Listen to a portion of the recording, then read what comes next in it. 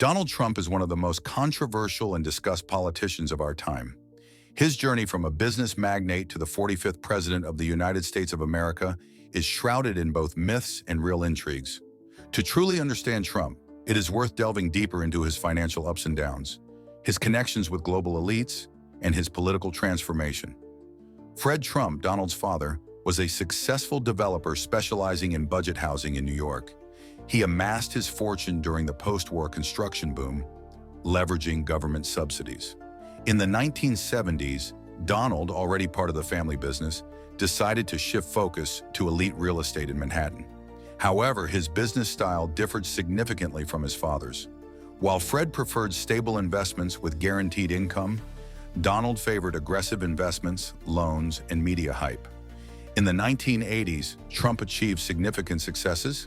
He opened the Grand Hyatt Hotel in New York, built the famous Trump Tower, which became a symbol of his brand, and began constructing casinos in Atlantic City, including the Trump Taj Mahal, one of the most expensive casinos in the world.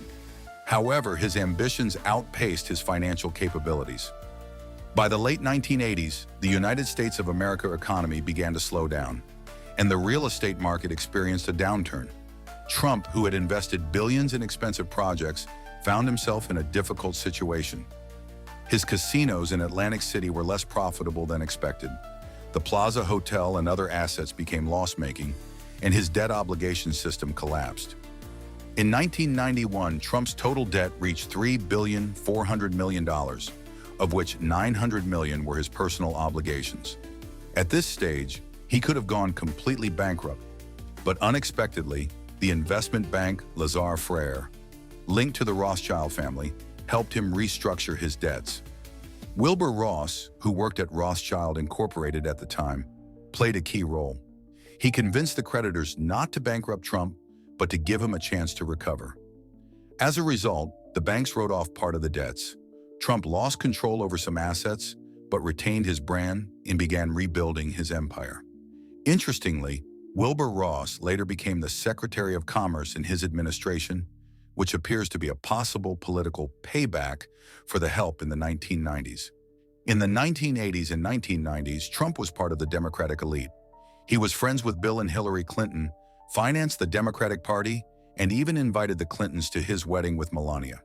Trump changed his political views several times.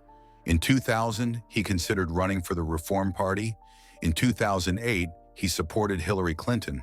And in 2016, he sharply changed his rhetoric and positioned himself as an opponent of the political elite.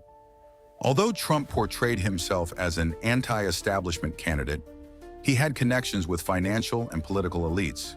He was part of Jeffrey Epstein's social circle, but later distanced himself, communicated with bankers from Goldman Sachs and Morgan Stanley, and had business relations with Russian oligarchs through real estate deals. In 2013, he attempted to hold the Miss Universe pageant in Moscow, which later became part of the Russian investigation against him. The key to Trump's success was his ability to capitalize on public sentiment. He relied on populism, anti-elite rhetoric, and used social media to bypass traditional media outlets. However, his victory was not solely the result of a well-crafted strategy. He received support from conservative billionaires, including Peter Thiel. His campaign actively used big data technologies, including those from Cambridge Analytica, and his opponents, including Hillary Clinton, were vulnerable due to scandals. After Trump's victory, part of the establishment declared war on him. The media launched an aggressive campaign against him, the bureaucratic apparatus tried to restrain him, and the Democrats initiated 2 impeachment processes. But was he truly an enemy of the system? Or did he simply represent another group of elites vying for influence? Donald Trump is not just a businessman or politician, but a media project that balanced between different influence groups. He received salvation from financial elites in the 1990s, was part of the establishment, but later became its opponent, and skillfully used populism to seize power.